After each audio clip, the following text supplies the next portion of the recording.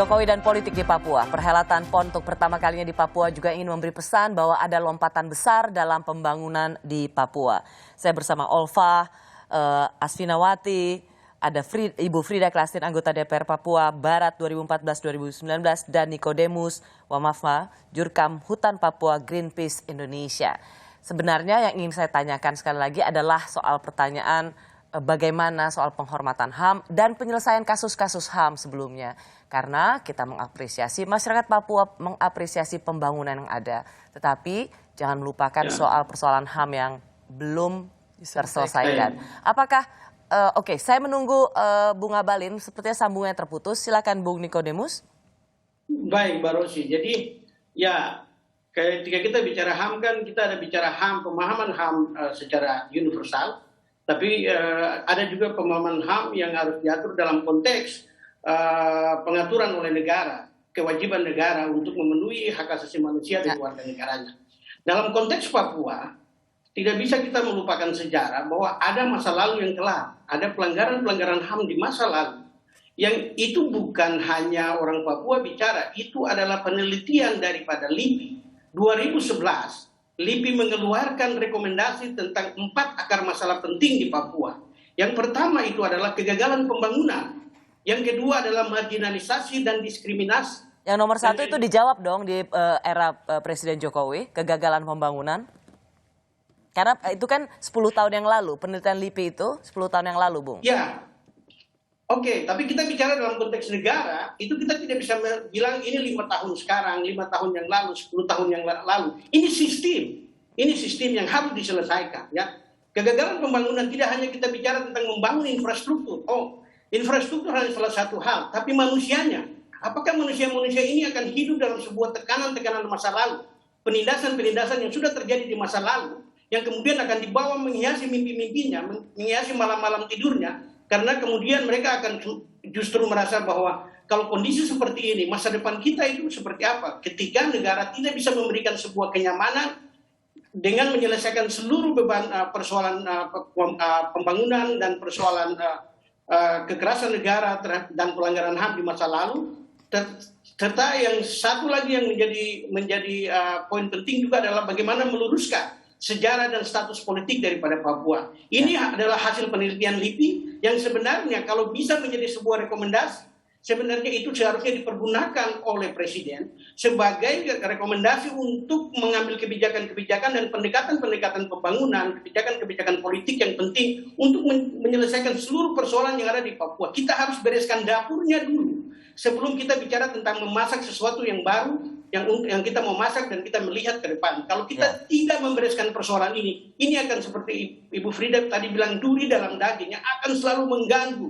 Sehingga kita harus duduk di sini dan kita berdebat untuk sesuatu yang sebenarnya adalah tugas negara untuk menyelesaikannya. Sebenarnya tugas kami adalah bagaimana mengisi ruang-ruang untuk berpartisipasi dalam semua proses pembangunan yang dilakukan di atas tanah ini. Dapat poinnya, Bung Nikodemus. Ya, silakan, Olva. Bapak, terima kasih. Saya sangat-sangat setuju dengan Bapak, tapi ada satu hal yang menurut saya perlu diperhatikan, bahwa sebenarnya untuk trauma masa lalu ya Bapak, kita tidak bisa menutup mata juga semenjak Bapak Jokowi memimpin negara ini, banyak sekali perubahan tadi yang Mbak Rosi bilang bahwa bukti nyata Pak Jokowi juga ada memperhatikan Papua gitu loh. Jadi memang ada, menurut saya betul untuk kita selesaikan yang dari masa lalu sampai sekarang, sampai tidak boleh ada yang dilupakan, tidak boleh.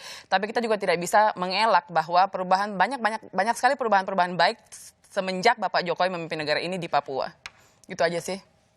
Apa PR terbesar sesungguhnya yang harus dikerjakan oleh pemerintah dari sisi human rights atau hak asasi manusia? Ya, Asfi. Jadi Pak Jokowi ini kan memang menit keberatan pada pembangunan ya, betul, infrastruktur, ekonomi. Tapi di sisi lain sudah banyak orang melihat kurang pada masalah keadilan dan hak asasi manusia.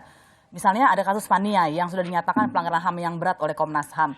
Itu dibalikkan perkaranya oleh Jaksa Agung. Tentu saja Jaksa Agung itu pembantunya Presiden.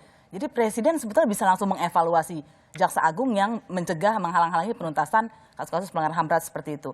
Juga ada banyak sekali pembunuhan sewenang-wenang di luar proses hukum. Dan ini ada kelindannya dengan rasisme dan soal tadi stigma bahwa semua orang mau merdeka. Ada kriminalisasi banyak sekali termasuk kepada mahasiswa dan orang-orang yang cuma berdemonstrasi secara damai. Juga penyiksaan orang-orang yang ditangkap gitu ya, itu mengalami penyiksaan yang lebih berat daripada di daerah lain, dan itu juga kemudian berkelindan dengan rasisme dan politik. Dan yang terakhir sebetulnya Mbak Rosi sudah mengatakan soal penerjunan pasukan yang sangat banyak. Kami di koalisi masyarakat untuk hak asasi manusia mengatakan ini sebetulnya operasi militer ilegal, karena di dalam undang-undang TNI dikatakan kalau mau ada penerjunan pasukan seperti itu, bahkan kalaupun itu mendesak, dia harus meminta persetujuan negara sesudahnya. Ya. Wakil Meskipun rakyat. itu karena di sini tidak ada Ngabalin, izinkan saya supaya saya juga bisa memberikan perspektif menjawab. Oh, sudah masuk Bung Ngabalin? Apakah? Oke, silakan. Tadi jadi ada soal penegakan hukum, keadilan, dan juga soal masa lalu terkait dengan penghormatan pada hak asasi manusia yang belum selesai, yang menjadi duri dalam daging di Papua. Oke. Saya dari awal bilang supaya jangan tutup mata hati, mata kepala. Buka hati, buka mata, terang benderang. Sebagai anak-anak Papua, kita mesti melihat ini secara nyata dan fakta. Merubah satu generasi yang bagus di masa depan itu dengan bonus demografi itu adalah bagaimana mempersiapkan anak-anak Papua yang memiliki kualitas resources yang tinggi, punya sumber daya yang kuat. Betul. Itu sebabnya negara lewat kepemimpinan Presiden Joko Widodo, beliau menjawab tantangan itu semua. Oke. Beliau sadar bahwa masa-masa lalu kemarin itu di tanah Papua ini ada ketidakadilan, ada diskriminasi. Betul. Karena itu di beberapa negara-negara ini sudah terbuka ruang lebar-lebar anak-anak Papua, kita orang ini mendapat kesempatan untuk sekolah. Makanya saya Bung sedang Ngabalin, berbicara mungkin di semua ada kabupaten. poin yang bisa langsung dijawab, Termasuk misalnya di Kabupaten kasus-kasus. Pak, tadi juga saya bilang. Ada bahwa kasus-kasus sekarang soal kita penembakan mempersiapkan misalnya yang harus anak-anak Papua diselesaikan. dengan kualitas ilmu yang tinggi, nanti negara yang sekolahkan. Supaya 5-10 tahun, 20 tahun akan datang, mereka mendapatkan hak-haknya dan tidak dilakukan diskriminasi. Kalau sudah Itu meninggal nyata gimana Pak dilakukan Ngabalin? oleh Presiden Joko Kalau sudah Widodo. meninggal nggak bisa sekolah lagi Pak. Kalau sudah meninggal nggak bisa sekolah lagi, bukan keadilannya begitu. bagaimana Pak? Kenapa bahasamu selalu memprovokasi Betul, orang? Mbak, jangan gitu. Saya nggak memprovokasi, Maka kita Pak. bicara sekarang ini. Kita bicara Bangsa zaman yang sekarang. Saya berdasarkan membuka mata hati saya kejaksaan kepada agung. keluarga korban Hey, yang mengadukan negara anak-anaknya itu yang tidak meninggal. bekerja buta-buta.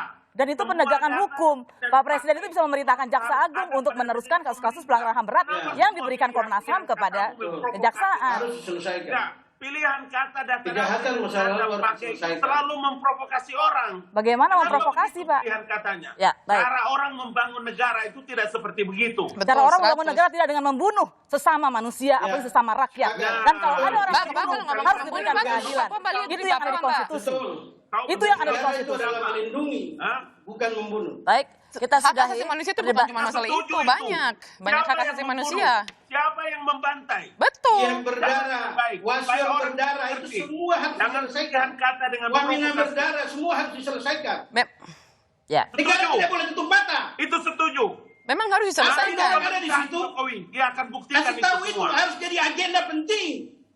Bukan hanya Setuju. bicara-bicara. Wah, hebat Adi Niko, saya setuju itu. Betul, setuju Ya. memang Setuju. 100 Harus Bapak. sampaikan. Sebenarnya saya ingin meminta kepada perwakilan kita di Papua yang kerja dengan Bapak Jokowi. Bagian ini Oke. sebenarnya mereka tahu. Mereka harus bicara dengan Bapak supaya bagian ini harus diselesaikan. Dialog. Dudukan semua orang dan dialog dengan negara. Kalau kita tidak pernah dialog, persoalan di Papua tidak akan pernah selesai. Bukan Dan di ruang. baju menutupi badan yang penuh dengan luka-luka ini tidak ada artinya. Lukanya harus disembuhkan, baru pakai baju, baru ditampak bagus di hadapan Tuhan. Oh, mantap Niko. Itu saya setuju dengan kalimat itu. Dan itu akan dilakukan oleh Presiden Joko Widodo. Itu harus dilakukan. Buka ruang untuk berdiskusi Bapak, saya setuju. Sebenarnya Kita apa? itu penting. Sebenarnya Saya apa yang setuju kok Niko. Saya setuju Adi. Ya, kita tidak perlu mengumbar kemarahan di malam hari ini. Justru kita ingin berbicara lebih banyak lagi tentang Papua dengan Ya. semangat persaudaraan. Karena yang diinginkan adalah Papua ingin lebih didengar. Betul. Ya, dan Banyak ada sekali. persoalan-persoalan masa lalu yang juga harus diselesaikan. Sebenarnya Oke. komitmen itu yang ingin didengar, Bung Ngabalin. Dan Mbak Rosi, saya kasih tahu baik-baik. 19 langkah yang dilakukan oleh Presiden Joko Widodo saat ini, termasuk hari ini, itu adalah langkah-langkah untuk menjawab ketidakadilan yang pernah terjadi di negeri ini.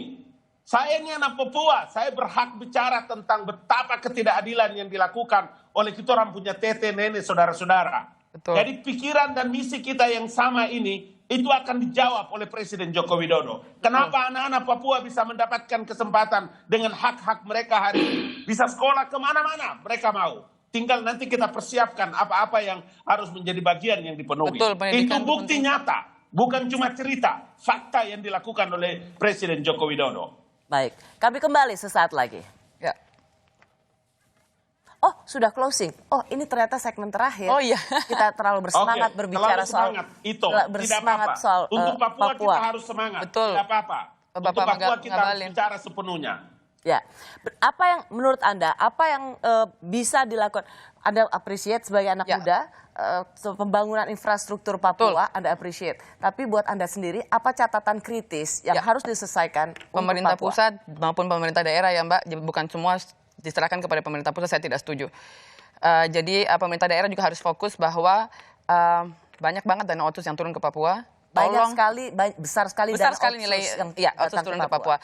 Tolong jangan semua masalah diminta untuk Pak Jokowi selesaikan, tidak, karena ada pemerintah provinsi ya, Pemprov. Saya mau tekankan di sini yang dua hal kritis yang menurut saya perlu untuk dikritisi dan perlu untuk dibangun adalah kesehatan dan pendidikan, Mbak. Kesehatan ini banyak sekali korban jiwa orang ketika mau melahirkan, itu karena tidak ada klinik-klinik dimanapun, akhirnya meninggal karena pembangunan yang Ya. berpihak kepada perempuan. Betul, itu pertama. Yang kedua, pendidikan. Kalau mau SDM meningkat, harus disamaratakan fasilitas yang ada di Papua, guru, sekolah, semua harus sama dengan di Jawa. Saya dulu waktu pindah dari Papua ke Jawa, yang saya di Papua ranking 1 terus ke Jawa, saya turun sekali karena fasilitasnya tidak sama. Jadi Standar kalau mau pendidikan ya? standar pendidikannya harus disamakan dengan Jawa, maksudnya di kota besar ya. Jadi menurut saya dua hal ini yang menurut saya menjadi hal yang sangat penting untuk hak hidup, itu hak pendidikan, hak kesehatan juga termasuk di bawah untuk hak asasi manusia. Itu menurut saya. Alfi? Ya, saya setuju, dan tidak ada yang lebih menyedihkan daripada ibu yang menguburkan anaknya. Dan banyak kematian di Papua, banyak penyiksaan di Papua. Karena itu pembangunan ekonomi, pendidikan, kesehatan harus disertai dengan keadilan. Ada penegakan hukum dan tidak ada lagi rasisme di dalam penegakan hukum, sehingga kita bisa menghentikan korban-korban jiwa dari kawan-kawan Papua selanjutnya. Betul. Bu Frida? Oke, terima kasih Kak Rosi. Saya menekankan pada pembangunan ekonomi kerakyatan yang berbasis pada kelompok perempuan di pesisir. Selama ini sentuhan-sentuhan harus juga memberikan perhatian yang serius kepada kelompok perempuan yang di pesisir, karena mereka garda terdepan di wilayah perairan Republik Indonesia. Kepada mereka Pak Jokowi pasti bisa melakukan hal-hal yang luar biasa dengan membangun infrastruktur yang ramah perempuan. Ya. Kemudian kembangkan ekonomi kerakyatan dengan memperhatikan kearifan lokal yang sudah ada, yang sudah dimiliki oleh kaum perempuan. Kemudian kalau Pak Jokowi sudah boleh menanam jagung, maka saya membayangkan Pak Jokowi akan mengekspor sagu dari tanah Papua menjadi produk unggulan, karena sagu menjadi produk yang benar-benar nyata ada di tanah Papua. Jaga hutan, jaga orang Papua, dan jaga bangsa Indonesia. Terima kasih Kak Rosi. Terima kasih Bu Frida, itu rasanya penutup yang tidak usah ditambahkan yang lain. Izinkan saya memberikan penutup ini hanya untuk kaum perempuan. Karena pembangunan untuk Papua sejatinya adalah juga pembangunan untuk mama-mama Papua yang melahirkan generasi-generasi masyarakat Papua di masa yang akan datang. Mbak Rosi. Oke, Bung Niko. Ya. Satu saja. Iya. Menutup saya, Presiden Joko Widodo buka ruang dialog dengan masyarakat adat Papua secara terbuka dan selesaikan semua pelanggaran masa lalu. Kemudian yang kedua, pembangunan itu harus berangkat dari kebutuhan masyarakat adat Papua. Dari apa yang mereka pikirkan dan mimpi mereka tentang masa depan mereka. Ya. Yang ketiga adalah pengakuan hak, berikan pengakuan hak. Tahun ini harus ada hutan adat yang diakui. Batasi KLHK, tidak boleh KLHK lagi membatasi masyarakat adat Papua punya hutan. Biarkan mereka punya hak dan menguasai dan mengelolanya untuk masa depan mereka, karena mereka lebih mampu mengelolanya daripada negara. Kemudian yang terakhir adalah hentikan semua bentuk investasi yang berbasis lahan, investasi yang berbasis sumber daya alam yang sifatnya merusak alam Papua dan merampas hak-hak masyarakat adat Papua. Itu penutup dari saya. Dengan demikian maka masa depan kita menjadi lebih jelas dengan komitmen deklarasi Manokwari,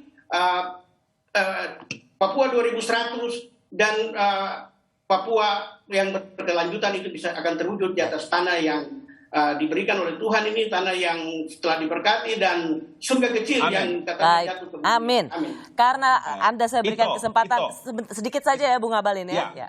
Itu saya mau bilang bahwa mulai dari PON adalah spirit perubahan Jokowi menggaungkan kemajuan dari wilayah Indonesia Timur, dan karena itu saya mau bilang kepada teman-teman semua, tunggu waktu yang tepat di masa-masa akhir kepemimpinan Presiden Joko Widodo. Beliau akan buktikan itu karena beliau telah memulai dengan PON 20 di tanah Papua dalam catatan sejarah Republik Indonesia untuk pertama kali.